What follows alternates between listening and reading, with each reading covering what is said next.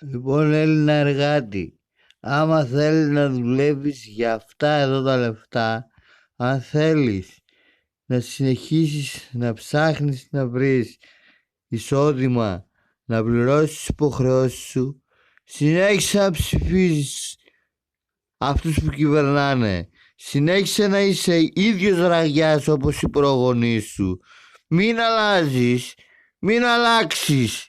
Μην αλλάξεις, εγώ στο λέω, μην αλλάξεις. Συνέχισε να είσαι ο ίδιος.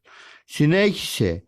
Αυτά θα έχεις όμως στη τσέπη σου. Αυτά θα έχεις στη τσέπη σου. Με αυτά θα μεγαλώνεις τα παιδιά σου. Με αυτά θα δίνεις γάλα τα παιδιά σου. Με αυτά θα χτίσεις όνειρα, σπίτια, θα δημιουργήσεις.